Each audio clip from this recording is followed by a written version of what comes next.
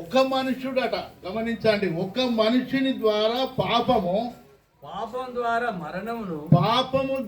మరణము లోకములో ఎలాగూ ప్రవేశించెనో, ఆ మనుషుని ద్వారా పాపము ద్వారా మరణము లోకంలోనికి ప్రవేశించిందట.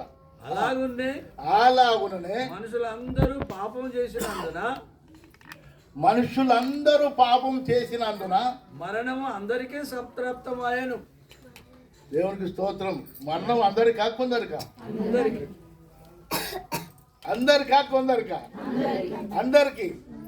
ఇక్కడ కూర్చున్న సేవకులకు, మాట్లాడే నాకు, ఇక్కడ కూర్చున్న మీకు అందరికీ మరణం ఉన్నది. మరణము నుంచి తప్పించుకునే వ్యక్తి ఎవరు లేరు. ఎందుకు నేను చెప్తానంటే, లూకా గారు కుటుంబాన్ని విడిచిపెట్టి, సంఘాన్ని విడిచిపెట్టి, బంధువులను విడిచిపెట్టి వెళ్ళిపోయాడు. మనం కూడా ఒకరోజు పోతాం. మనకు కూడా ఒకరోజు టెంట్ వేయవలసి ఉంటుంది. ఈ సత్యాన్ని మర్చిపోవద్దు. అందుకనే నేను చెప్తున్నా, దేవునికి స్తోత్రం కలుగును గాక.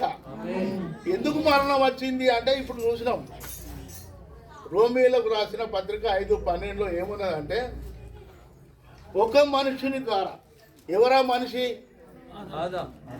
మొట్టమొదట ఈ భూమి మీద పుట్టినటువంటి, భూమి మీద తయారు చేసినటువంటి మనుషుడు ఆదాము చేసిన తప్పు వలన,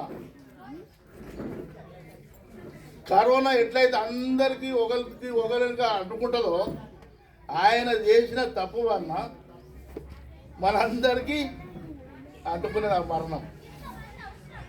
ఇది ఎట్లా అంటుకున్నది అంటే, ఆయన పాపం చేసిండట, మరి మనందరం కూడా పాపం చేసినామని ఉన్నది బైబిల్లో. మనమేం పాపం చేసినాం అని మనం అనుకుంటున్నాం. కానీ ఏ విధంగానైతే మన రక్త సంబంధికులు భూమి మీదకి వస్తారో, ఆ విధంగానే ఆదాము నుంచి ఒక రక్త సంబంధం లాగా పాపము లోకంలోనికి వచ్చింది. పాపం వచ్చినప్పుడు మరణం వచ్చింది. అది దేవుడు పెట్టింది. ఆదాము అవ్వను ఒక తోటలో ఉంచి, మీకు అన్ని పండ్లు తినండి, ఈ తోట మధ్యలో చెట్టు పండు తినద్దు అన్నప్పుడు ఆదాము తిన్నాడు. ముందు అవ్వ తిన్నది, అవ్వ తీసి అయ్యకిచ్చింది, ఇద్దరు తిన్నారు. అదే పాపం. ఆజ్ఞ అతిక్రమమే పాపం. దేవుడు ఎందుకు సృష్టించిందంటే, ఆదామును నాతోని సహవాసం చేయాలి, నాతో మాట్లాడాలి, ఒక ఫ్రెండ్షిప్ చేయాలని దేవుడు సృష్టించిన మానవుని, ఆదామును అవ్వను. అయితే ఆదాము అవ్వకు స్వేచ్ఛ ఇచ్చిండు. ఆయన మాట వినకుండా, దేవుని మాట వినకుండా వీళ్ళిద్దరు ఏం చేసిందంటే, ఆ తినవద్దన్న పండు తినరు. అదే పాపం. ఆ పాపం మనందరికి వచ్చింది కాబట్టి మరణం అందరికీ వచ్చింది. సరే, ఇప్పుడు లూకా గారు మనల్ని విడిచిపెట్టిపోయిండు, అమ్మగారిని పిల్లల్ని వదిలిపెట్టిపోయిండు. మరి ఎక్కడికి పోయిండు ఈయన అనేది మనకు కావాలి.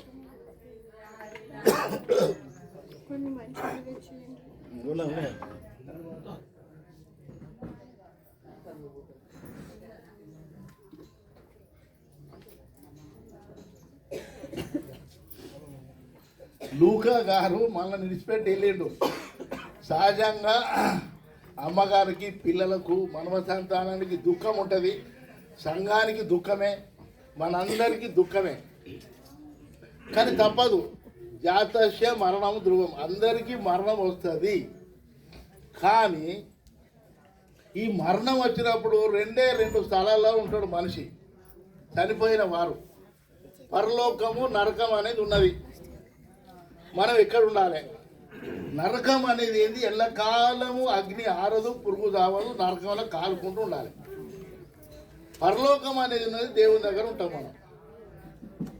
అయితే దేవుడు ఏం చేసిండంటే, వీళ్ళు తప్పు చేసిన తర్వాత ఆదాము అవ్వను తోటలోకి వెళ్ళి బయటికి వెళ్ళగొట్టిండు. వాళ్ళు పాపం చేసిండ్రు కాబట్టి మరణం అందరికి వచ్చింది.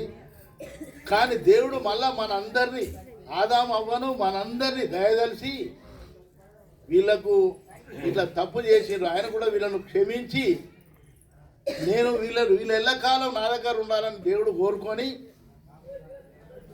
ఆయన మళ్ళను దగ్గర తీసుకోవడానికి ఆయన భూమి మీదకి వచ్చిండు. హల్లెలూయా. భూమి మీదకి ఎట్లా వచ్చిండు? ఇప్పుడు ఈ నెల ఆనంద మాసం అంటారు. దీన్ని ఆనంద మాసం అని ఎందుకంటారు అంటే ఈ నెలలో యేసుప్రభు పుట్టిండు మరియ గర్భంలో పుట్టింది ఎందుకొరకు? మన పాపములను కడిగి మనలందరినీ మళ్ళా శుద్ధులుగా చేసి మన పాపాలన్నీ తీసివేసి ఎల్లకాలం బిడ్డలారా మీరు నాతో ఉండండి అని ఆయన భూమి మీదకి వచ్చిండు. ఆయన మానవుడు కాదు, దేవుడు మరియ కడుపులో పుట్టిండు. మరి ఆయన దేవుడుగా ఉండి చెప్పొచ్చు కదా, అట్లా అయినా మన రూపములో మానవునిగా ఉండి మనతో జీవించి, అంటే అప్పుడు ఆయన ఉన్నప్పుడు ఆయనతో జీవించిన వాళ్ళు ఆయనతో శిష్యులను ఏర్పాటు చేసుకొని ఆయన భూమి మీద ఉండి మనకు మాదిరి చూపెట్టి 33.5 సంవత్సరాలు ఈ భూమి మీద బ్రతికి 3.5 సంవత్సరాలు సేవ చేసి ఆయన వెళ్ళిపోయాడు పరలోకానికి. ఆయన వచ్చింది ఎందుకంటే ఆదాము అవ్వ తప్పు చేసిండ్రు, ఆజ్ఞ అతిక్రమించిండ్రు, వీళ్ళు పాపంలో పడ్డరు, నా బిడ్డలందరూ పాపంలో మునిగిపోయి ఉన్నారు, ఇంకా అతిక్రమం ఎక్కువైంది, వీళ్ళని నా దగ్గర చేర్చుకోవాలని ఆయన వచ్చిండు. అయితే వీళ్ళు తప్పు చేయడం వల్ల ఇప్పుడు దేవుడు ఏం చేస్తాడంటే మరణం అనేది పెట్టిండు అందరికీ. మరి ఎక్కడికి పోతారు? మరణం అయిన తర్వాత ఆయన దగ్గరికి ఎట్లా పోతాం అని అంటే ముందు ఆయన మనకు మాదిరి చూపేండు, చనిపోయి తిరిగి లేవాలి. ఆమేన్. చనిపోయి తిరిగి లేవాలి, అప్పుడే కదా ఆయన లేస్తేనే మనం లేస్తాం. అది చూద్దాం ఒక మాట, నేను త్వరగా ముగిస్తా. కొరింథీయులకు రాసిన పత్రిక 15వ అధ్యాయం, మొదటి కొరింథీయులకు రాసిన పత్రిక 15వ అధ్యాయం 3వ వచనం. సమయం బాగా అయిపోయింది అనుకోకండి. ఉపదేశమును మొదట మీకు అప్పగించితిని, అదేమనగా లేఖనముల ప్రకారము క్రీస్తు మన పాపముల నిమిత్తం మృతి పొందెను, సమాధి చేయబడెను. దేని గురించి మృతి పొందాడు? మన పాపముల గురించి. రోమీలకు రాసిన పత్రికలో ఏమున్నది? వాళ్ళు మొదటి మానవుడు చేసిన తప్పు కోసం మన అందరం పాపలమైనాము, మన పాపముల నిమిత్తము ఏమైంది? మృతి పొందెను. మన పాపముల నిమిత్తము, దాన్ని అండర్లైన్ చేసుకొని, మన పాపముల నిమిత్తము మృతి పొందెను. తర్వాత ఏమైంది? సమాధి చేయబడెను. మృతి పొందిన తర్వాత సమాధి చేయబడ్డాడు. 2 తర్వాత ఏమైంది? లేఖనముల ప్రకారము 3వ దినమున లేపబడెను. హల్లెలూయా. ఇగో ఇది మనం జీవితాంతం గుర్తుపెట్టుకోవాలి. మన పాపంలో కొంత మృతి పొందను, సమాధి చేయబడను, తిరిగి 3వ దినం లేచాను. మనం కూడా అట్లే లేస్తాం. హల్లెలూయా. మరి ఇది ఎప్పుడు సాధ్యమవుతుంది? మరి దేవుడేమో ఇట్లా వాగ్దానం చేసిండు మనకు. మరి ఈ తప్పు చేసిన తర్వాత దేవుడు ఆయన దగ్గర ఉండడానికి ఏం చెప్తానంటే, నరులారా తిరిగి రండి అని చెప్తాడు. అది 90వ కీర్తన 3వ వచనంలో ఉంటుంది, చదవండి. కీర్తనలు 93వ వచనం. త్వరగా మనుషులను మంటికి మార్చుచున్నావు. మీరు చాలా మంచిగా గమనించాలి. మనుషులను మంటికి మార్చుతున్నావు. నరులారా తిరిగి రండి అని నీవు సెలవిచ్చుచున్నావు. మనుషులను ఇది బాగా గమనించండి. ఇది మనుషులను ఎక్కడికి మారుస్తాడు? మంటికి. తర్వాత ఇంకో మాట ఏమంటాడు? తిరిగి రండి. ఈ తిరిగి రండి అన్న కాడ అండర్లైన్ చేసుకోండి బైబిల్లో. తిరిగి రండి అనే అర్థం ఏంటంటే, మనం తిరిగి రమ్మని ఎవరినంటాం? మన పిల్లలు అమెరికాలో హైదరాబాదులో చదువుకోవడానికి వెళ్ళినప్పుడు, బిడ్డ క్షేమంగా పోయి మంచిగా చదువుకొని రా బిడ్డ అంటావా, లేకపోతే నువ్వు అటే అంటావా? ఏ తల్లి అంటారా? ఏ తండ్రి భూమి మీద హైదరాబాద్ పో, అమెరికా పోవచ్చా, నువ్వు ఇటు రాకనని ఏ తల్లి అనరు. పిచ్చోళ్ళు తప్ప ఎవడు పిచ్చోడు కూడా అన్నారు. అయితే మన పరమ తండ్రి ఏమంటాడంటే తిరిగి రండి అంటాడు. తిరిగి రండి అంటే అర్థం ఏంటిది అంటే ముందు మనం భూమి మీదకి పంపించిండు. ఈ భూమి శాశ్వతం కాదురా బాబు, నువ్వు తిరిగి రావాలంటాడు. హల్లెలూయా. ఆ తిరిగి రండి అన్న కాడ మంటికి అన్న కాడ అండర్లైన్ చేసుకోండి, తిరిగి రండి అన్న కాడ అండర్లైన్ చేసుకోండి. ఇది జీవితంలో మర్చిపోవద్దు. మంటికి తిరిగి రండి, ఈ రెండు మాటలు చాలా ప్రాముఖ్యమైనది. మన శరీరము మంటి శరీరం. ఇది మంటి శరీరం అని మనకెట్లే తెలుసు? ఆదికాండము 2:7 తరతరా చదవండి. యెహోవా నరుని నిర్మించి వారి నాసికారంధ్రంలో జీవవాయువు ఊదగా నరుడు జీవాత్మ ఆయనవా. దేవుడైన యెహోవా తూర్పున ఏదైనా తోటలో ఒక తోట వేసి 2:7 దేవుడైన యెహోవా నేల మంటితో నరుని నిర్మించి మంచిగా గమనించండి, దేంతో చేసిండు? నేల మట్టితోని నరుణ్ణి నిర్మించి వారి నాసికా రంధ్రములలో అంటే ముక్కులు జీవవాయువును ఊదగా నరుడు జీవాత్మయను. జీవము ప్లస్ ఆత్మ, జీవాత్మ అంటే ఆ బొమ్మలు చేసి ఆదాము ఈ నాసికా రంధ్రంలో ముక్కులో జీవవాయువును ఊదగా నరుడు జీవాత్మ ఆయను. జీవము అంటే ప్రాణము, ఆత్మ. మన శరీరంలో ఇప్పుడు శరీరం ఉన్నది, నేను అటు ఇటు కదులుతున్నా, మీరు కూర్చున్నారు. మనకు శరీరం ఉన్నది, ఆత్మ ఉన్నది, అది మనకు కనబడదు. ఇంకొకటి ఏమన్నది? ప్రాణం ఉన్నది. ప్రాణము, ఆత్మ, శరీరం, ఈ 3 ఉన్నాయి. అయితే ఇప్పుడు లూకా గారు ఏంటంటే వాక్యం ఏం చెప్తాంది? మనుషులను మంటికి మార్చున్నావు, నల్లారా తిరిగి రండి అన్నాం. ఇంకొకటి ప్రసంగి 12:7 ఒక అద్భుతమైన మాట ఉన్నది, చదవండి దయచేసి. తొందర పడకండి, లేట్ అయిందా? మన్నైనది వెనుకటి వల్లనే మరలా భూమికి చేరును. ఇక్కడ మళ్ళా మన్నా అనేది వచ్చింది. ఆదికాండం 2:7 ఆదామును మండితో సృష్టించిండు, ముక్కుల జీవవాయువును ఊదంగానే జీవాత్మ అయిండు. మళ్ళా ఈ చనిపోయిన వాళ్ళు ఎక్కడ పోతారనేది ప్రసంగి చెప్తాడు. సొలొమోను మహారాజు గొప్ప ప్రపంచ మేధావి, పరిశుద్ధాత్మ దేవుడు అక్కడ రాయించిండు. చదవండి 12:7. వెనుకటి వలనే మరలా భూమికి చేరును. మన్నైనది వెనుకటి వలనే మరలా భూమికి చేరును. ఆత్మ దాన్ని దయచేసిన దేవుని యొద్దకు మరల పోవు. హల్లెలూయా. అంటే ఇప్పుడు లోక గారి ఆత్మ ఎక్కడన్నది? ఇప్పుడు మీరు చెప్పాలి, ఎక్కడన్నది? ఆత్మ దేవుని దగ్గర ఉన్నది, శరీరము ఇక్కడ ఉన్నది సమాజంలో. ఆత్మ దేవుని దగ్గర ఉన్నది అంటే ఆయన ఉన్నాడా? బ్రతికి ఉన్నట్టే కదా. అయితే ఇప్పుడు మరి దేవుడు వాగ్దానం ఏం చేసిందంటే, నా బిడ్డలందరూ ఆదాము ద్వారా పాపం చేసిండ్రు కాబట్టి వీళ్ళను క్షమించి మళ్ళీ నా దగ్గర తెచ్చుకోవాలనుకున్నాడు. ఆ మాట ఏంటిదంటే, చనిపోయిన వారికి మనకు ఒక వాగ్దానం చేసిండు. అది చూద్దాం, అది ఎక్కడో స్వయంగా యేసు ప్రభువే చెప్పిండు. యోహాను 11:25. ఇది ఎవరో చెప్పిన మాటలు కాదండి, నేను చెప్పే మాటలు కాదు. యేసు ప్రభు దేవుడై ఉండి ఈ భూమి మీద ఆయన సంచరించినప్పుడు కుంటి వాళ్ళను బాగు చేసి, గుడ్డి వాళ్ళ కళ్ళిచ్చి, కుష్ఠరోగులను బాగు చేసి ఆ దేవుడు చెప్పిన మాట ఇప్పుడు మనం చూద్దాం. యోహాను 11:25.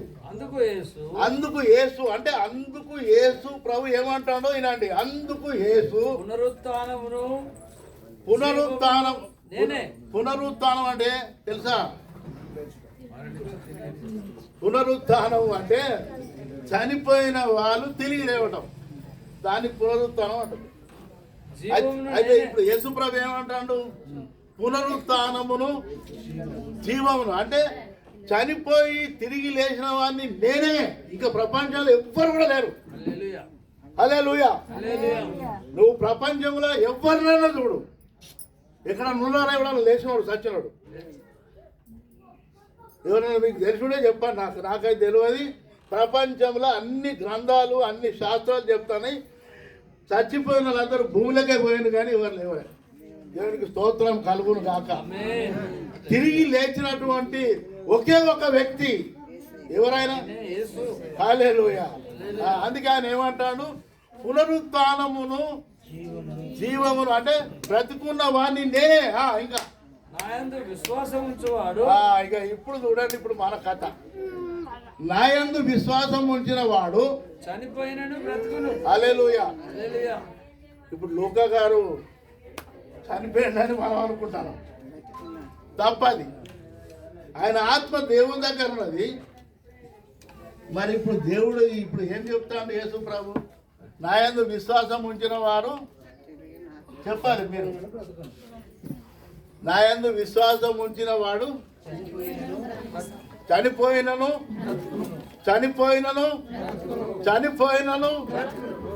లూకా అయ్యగారు బ్రతికే ఉన్నాడు. చనిపోయినను బ్రతుకును.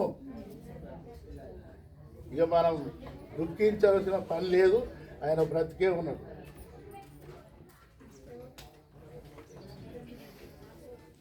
తర్వాత మాట చదవండి. బ్రతికి నాయందు విశ్వాసం ఉంచు ప్రతివాడును ఎన్నటికి చనిపోడు.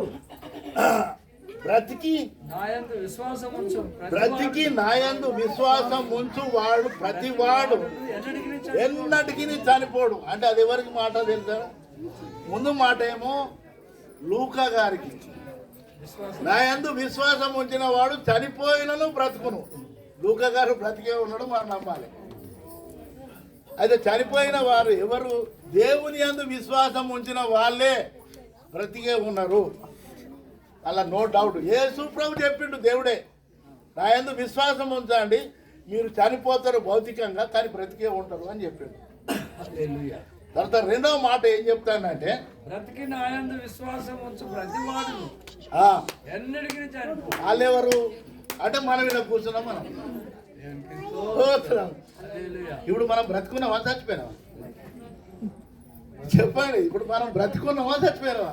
బ్రతికున్నాం కాబట్టి నేను మాట్లాడతానా, మీరు వింటారు. ఇక్కడ కూర్చున్నారు సేవకులు, మనందరం కూర్చున్నాం అంటే మనం బ్రతికున్నాం. అయితే బ్రతికున్న వాళ్ళకు కూడా ఒక మాట చెప్తాడు, బ్రతికి నాయందు విశ్వాసం ఉంచు ప్రతివాడు. ప్రతివాడు అనడా లేకపోతే ఎలుకల పెళ్లి గేట్ కార్డు ఉన్న ప్రతివాడు అంటే ప్రపంచంలో పుట్టిన ప్రతివాడు విశ్వాసం ఉంచితే ఆడ ఎన్నటికి చనిపోడు. ఎన్నటికి అంటే ఇక్కడ టీచర్ అనిత ఉన్నది కదా, అనిత ఎక్కడ? అనిత అయితే నువ్వు టీచర్గా ఉన్నావు కదా, ఈ లెక్కలు నీ సబ్జెక్ట్ ఏడు నాకు తెలియదు. లెక్కలలో ఒకటి ఉంటుంది. ఇక్కడ మీరు పిల్లలు చదువుకున్నాం అన్నారు. లెక్కలలో ఏమొస్తా అంటే ఇన్ఫినిటీ అని ఉంటుంది. ఇట్లా ఇట్లా ఇట్లా పెడతారు, అది ఇన్ఫినిటీ అంటే దాని అర్థం ఏంటంటే ఇన్ఫినిటీ అంటే ఎండ్లెస్ అన్నమాట. అన్న ఎండ్లెస్ అంటే మనకు బాయిలా నువ్వు చూసినావు. ఎండ్లెస్ అంటే ఇట్లా అది తిరుగుతాడు. అది దానికి ఎండ్లెస్ అంటే దానికి అంతు లేదన్నట్టు ఎండ్లెస్ అంటారు. లెక్కలలో ఏమంటారు అంటే ఇన్ఫినిటీ అంటారు. ఇన్ఫినిటీ అంటే దానికి అంతు లేదన్నట్టుగా. అదే మాట ఇక్కడ అంటాడు, బ్రతికి నాయందు విశ్వాసం ఉంచిన ప్రతివాడట ఎన్నటికంటే నువ్వు ఎంత దూరం తీసుకో, ఎంత దూరం ఏ ఊరికైనా నువ్వు అవి ఎక్కడికి ఎన్నటికి అంటే ఇన్ఫినిటీ. ఎన్నటికి మనకు సావలేదు. హల్లెలూయా చెప్పండి ఒకసారి. దేవుడు ఎంత గొప్పవాడు అండి. ఆయన ఈ భూమి మీదకి వచ్చి మన కోసం పుట్టి చనిపోయి తిరిగి లేచిండు. మీరు కూడా అట్లే లేతారని చెప్పిండు. పునరుత్థానము నేనే, జీవము నేనే. నాయందు విశ్వాసం ఉంచే చాలు, మనకు చావు లేదు. బ్రతుకున్న వాళ్ళకు కూడా చావు లేదు అని చెప్పిండు. హల్లెలూయా. అందుకని ధైర్యంగా ఉండాలి. ఇది కాదు. చివరిగా రెండు మాటలు చెప్పి నేను ముగిస్తా. కొరింథీయులకు అపోస్తలులకు రాసిన మొదటి పత్రిక 9 నుంచి చదవండి. టక చదవండి. అందరు ఆకలితో ఉన్నారు, బీపీ పేషెంట్లు ఉంటారు తెలుసు నాకు. నేను కూడా షుగర్ పేషెంట్ను. కానీ మీరు ఒక 10 నిమిషాలు కూర్చోండి, 10 నిమిషాలు ముగిస్తా. అపోస్తలుల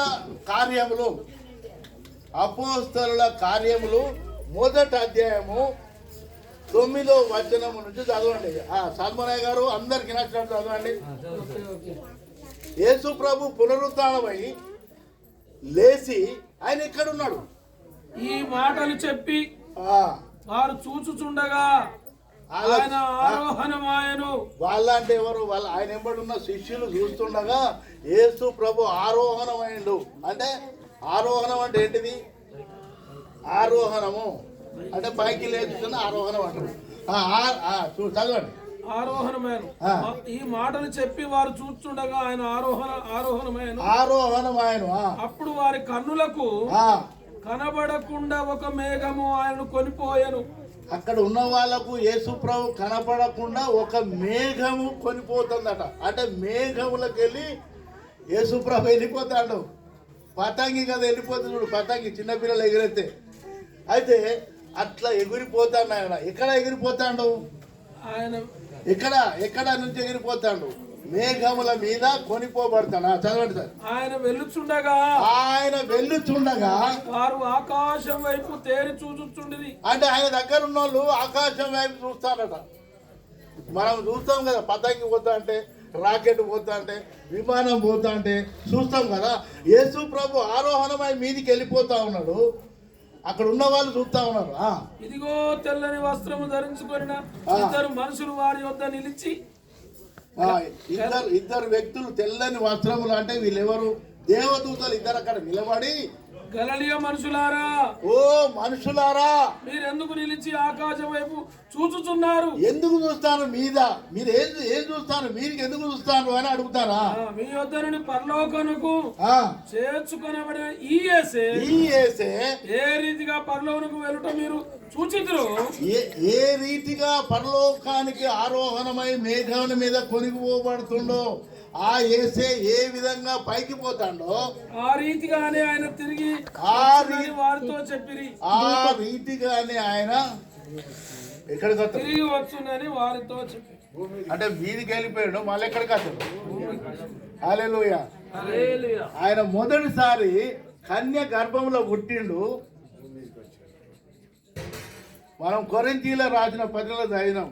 మన పాపముల నిమిత్తము మృతి పొందెను, సమాధి చేయబడను, తిరిగి లేచాను అని చూసినాం కదా.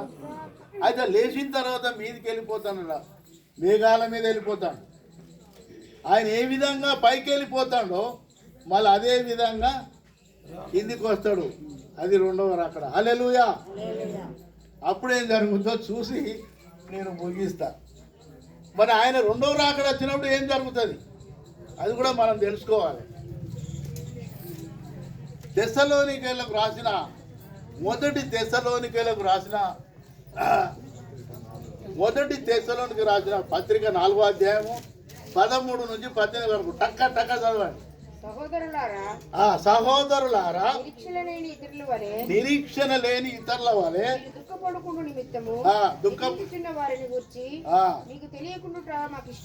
అయితే కొరింథీ పట్టణంలో ఏం జరుగుతుందంటే చనిపోయిన వారి గురించి ఏడుతారు.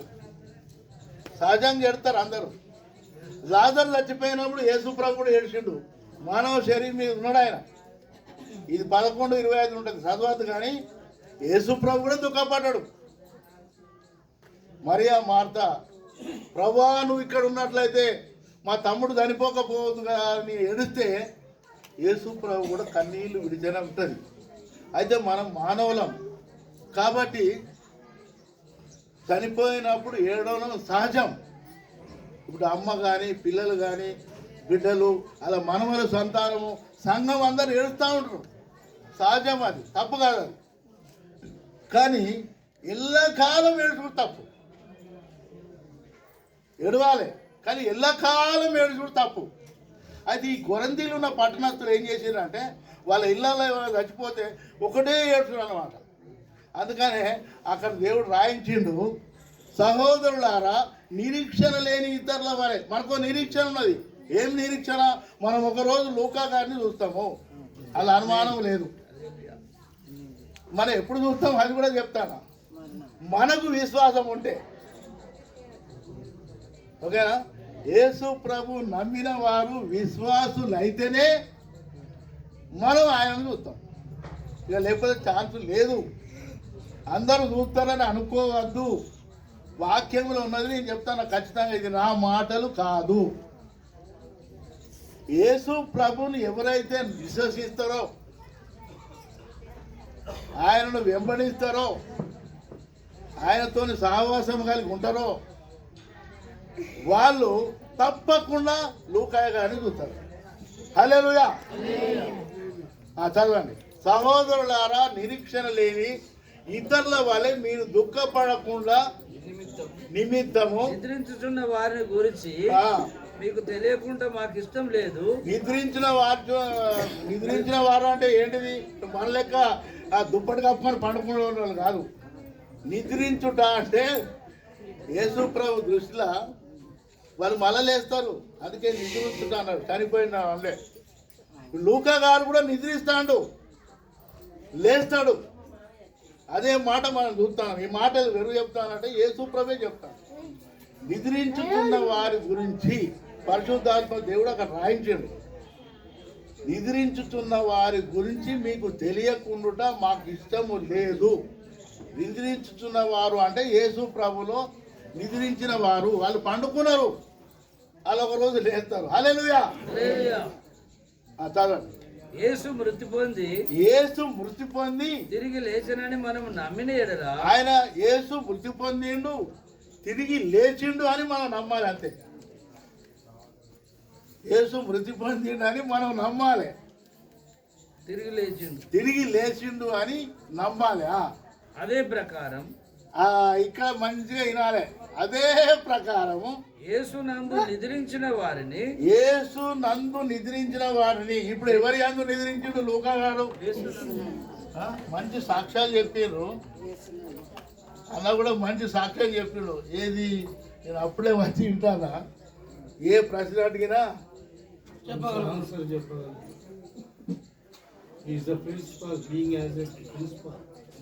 ఆయన నిజంగా ఎంత గొప్ప సాక్ష్యం. అయితే అన్న ఏం చెప్పిండు? ఒక ప్రిన్సిపాల్ లాగా ఏది అడిగినా కూడా సమాధానం చెప్పిండు. ఎవరు చెప్తారు? విశ్వాసి, దేవుని మీద నమ్మకం, బైబిల్ చదివే వాళ్ళు చెప్పగలుగుతారు. తర్వాత అనిత సాక్ష్యం చెప్పేటప్పుడు కూడా ఉన్నా నేను. ఏదో రాఖీ ఇక్కడ కట్టింది అని చెప్పి మంచి సాక్ష్యం ఉన్నది ఆయన. అయితే యేసు మృతి పొంది తిరిగి లేచనని మనము నమ్మిన ఎడల చదవండి. అదే ప్రకారం ఇది గుర్తుపెట్టుకోండి. అదే ప్రకారం అయినా అండర్లైన్ చేసుకోండి. యేసు మృతి పొంది తిరిగి లేచనని మనము నమ్మిన ఎడల నమ్మాలంతే.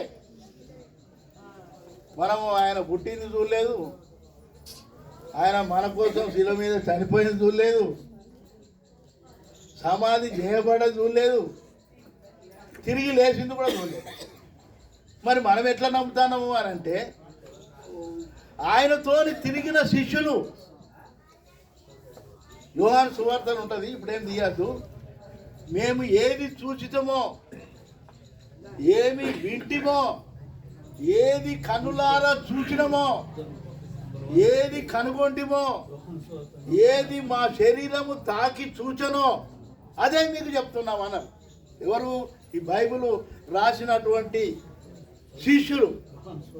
మేము ఏమి చూచినమో, ఏది మా కన్నులు చూచనో, ఏది వింటిమో, ఏది తాకి చూచినమో అదే విషయం. ఆది నుండి అంటే యేసు ప్రభు నుంచి వెళ్ళి అప్పుడున్న శిష్యులు చెప్పే మాట పరిశుద్ధాత్మ దేవుడు రాయించాడు. ఏది ఉండెనో మేము ఏది వింటిమో, ఏది విన్నామో చెవులతోని, కనులారా యేసు ప్రభు చేసిన అద్భుత కార్యాలు ఏవైతే మేము చూసినామో, ఏది నిదానించి కనుగొంటిమో, మా చేతులు దేనిని తాకి చూచెను, వాళ్ళ చేతులు కూడా యేసు ప్రభును తాకి చూసినాయి. హల్లెలూయా. అది మీకు తెలియజేస్తున్నాం. ఆయన సమాధి చేసినప్పుడు ఏం చేసిండ్రు శిష్యులు? చూసిండ్రు, పోయి ఆయన దాగి చూసిండ్రు, ఆయన లేచినాక చూసిండ్రు. అయితే ఆ చూసిన వ్యక్తులు చెప్తారు. కాబట్టి మనం నమ్మాలి. మనం చూసకపోతే పరగబడది. మనం చూడలేదని అనుకోవద్దు. చరిత్ర ఇది.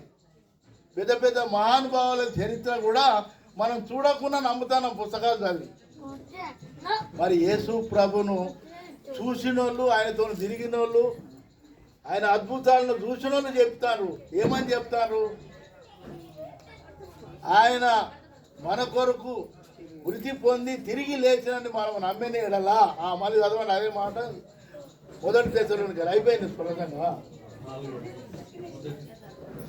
మొదటి తెస్సలోనికైలు 4:13-18 చదువుతాను. ఇది చదివిన తర్వాత మనం వెళ్ళిపోదాం భోజనానికి. సహోదరులారా, నిరీక్షణ లేని ఇతరుల వలె మనం దుఃఖపడకుండా నిమిత్తము నిద్రించుతున్న వారిని గురించి మీకు తెలియకుండా ఉండదు. ఎందుకంటే తెలితే మీకు తెలియకపోతే ఏం చేస్తారంటే ఎల్లకాలం పెడుతూనే ఉంటారు. అయ్యో దేవుడా ఇట్లెందుకు చేసినావు, అయ్యో దేవుడా అన్యాయం చేసినావు. కాదు, లూకా గారు బ్రతికే ఉన్నారు. చదువు. ఇక యేసు మృతి పొంది తిరిగి లేచనని మనము నమ్మాలంతే. నమ్మిన ఎడల అదే ప్రకారము యేసు అందు నిద్రించిన వారిని. హల్లెలూయా. ఈ మాట చాలా ప్రాముఖ్యమైనది. మనము ఆయన మృతి పొందిన నమ్మిన తర్వాత ఆయన మళ్ళీ వస్తారట చెప్పినట్టు. ఆయన వచ్చినప్పుడు ఆయనతో వాళ్ళందరూ వస్తారు. ఎవరు? లూకా, అంతకుముందు చనిపోయిన వాళ్ళు అందరూ వస్తారు. యేసుప్రభు నమ్మిన వాళ్ళు అందరూ. అది ఎప్పుడు జరుగుతుందో చదవం ఆయన. మిగతా 2-3 వచనాలు. ప్రభు మాటను బట్టి మీతో మేము చెప్పేది ఏంటంటే, ప్రభు రాకడ వరకు ఆయన ఎప్పుడు వస్తాడో తెలియదు. ఇప్పుడే రావచ్చు, ఇంకా 10 నిమిషాలు రావచ్చు, ఇంకా గంటకు రావచ్చు, ఇంకా ఏడాదికి రావచ్చు, ఇంకా 10 ఏళ్ళకు రావచ్చు. అప్పుడు బతుకున్న వాళ్ళు అంటే మనం బతుకున్న వాళ్ళే, అలా నో డౌట్. అప్పుడు ఒకవేళ బతుకున్న వాళ్ళు ఎవరైనా ఉంటే, ఇంకా మన మునిమానవులు ఉంటే అప్పుడు బ్రతుకున్న వాళ్ళ గురించి చెప్తారా? అప్పుడు సజీవమై నిల్చుండు మనము. ఈ చనిపోయిన వారి కంటే ముందుగా ఆయన సన్నిధికి చేరము. ఇప్పుడు చూడండి, ఆర్భాటముతోను ప్రధాన దూత శబ్దంతోను దేవుని బూరతోను పరలోకము నుండి ప్రభు దిగవచ్చును. అట్లా క్రీస్తునందుండి, ఇది బాగా గమనించాలి. క్రీస్తునందుండి మృతులైన వారు మొదట లేతురు. హల్లెలూయా. అప్పుడు లూకాయ గారు యేసుప్రభు వస్తా అంటే లూకాయ గారిని యేసుప్రభు పట్టుకొని వస్తాడట. అందరు లేస్తారు. దేవునికి స్తోత్రం చెప్పండి. హల్లెలూయా. ఆ మీదట మనము అంటే మనం కాదు, మనం పోతాం అవుట్. మనం అంతవరకు బతుకాం. కానీ యేసుప్రభు ఎప్పుడో తెలియదు. అప్పుడు ఆయన వచ్చినప్పుడు బ్రతికున్న వాళ్ళు మనము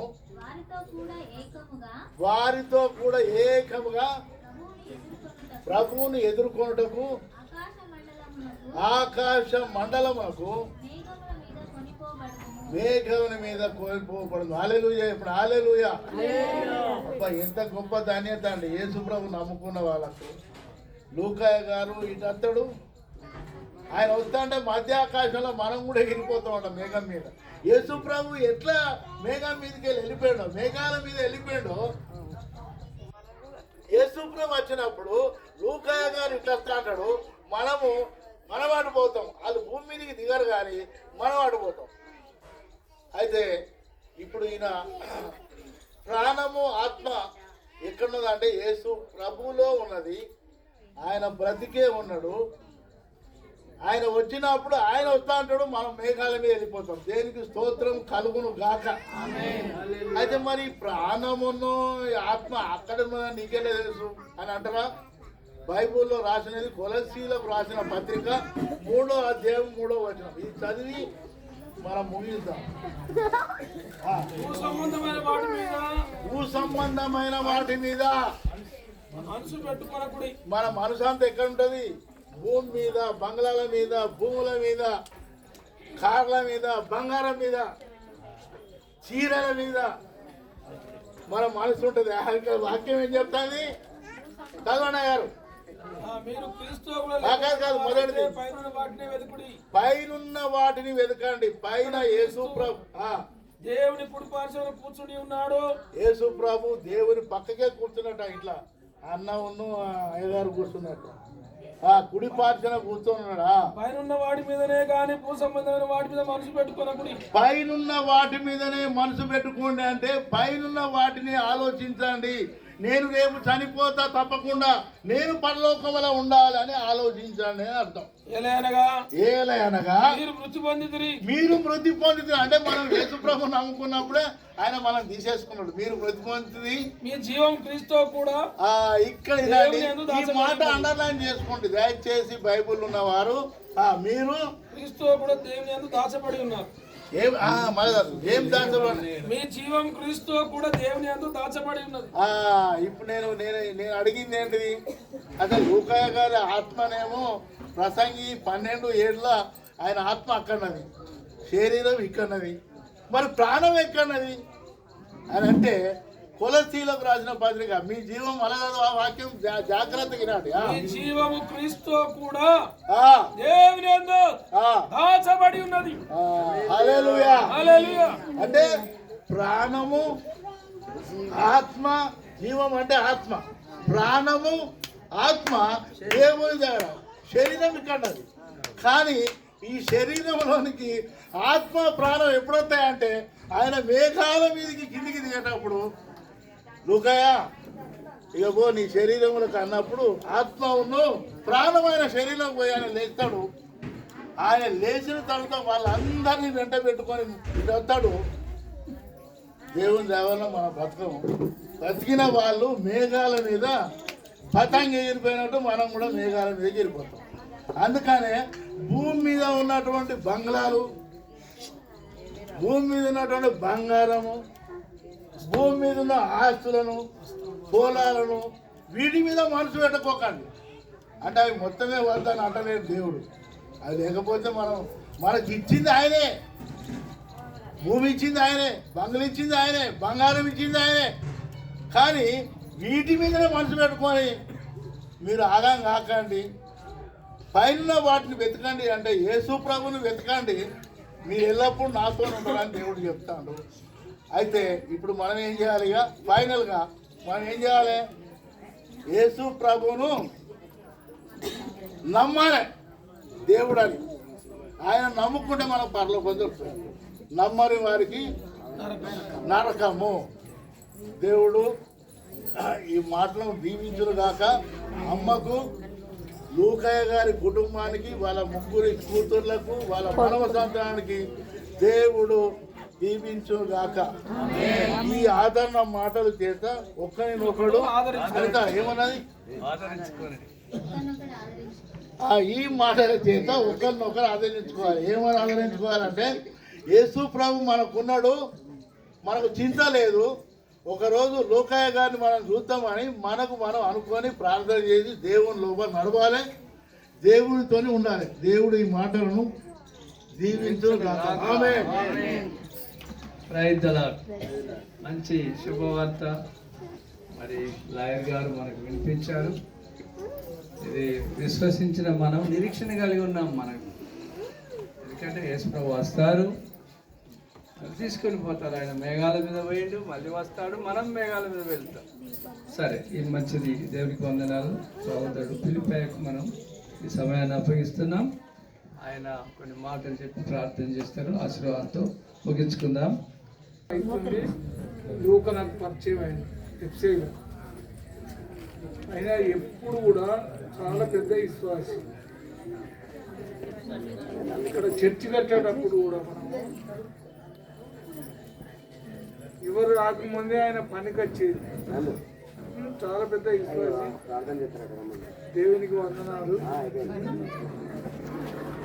మనము ఆయనలా ఉండాలని కోరుకున్నాం.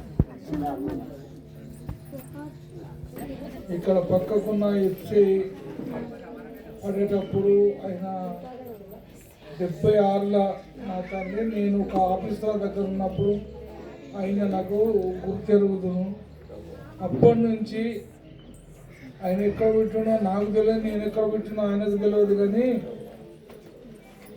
దేవుని నమ్ముకొని విశ్వాసంగా కలువరు సువార్త సంఘములో ఒక కార్యకర్తలుగా, ఒక విశ్వాసులుగా మేము జీవిస్తున్నాము. నీకు వందనాలు.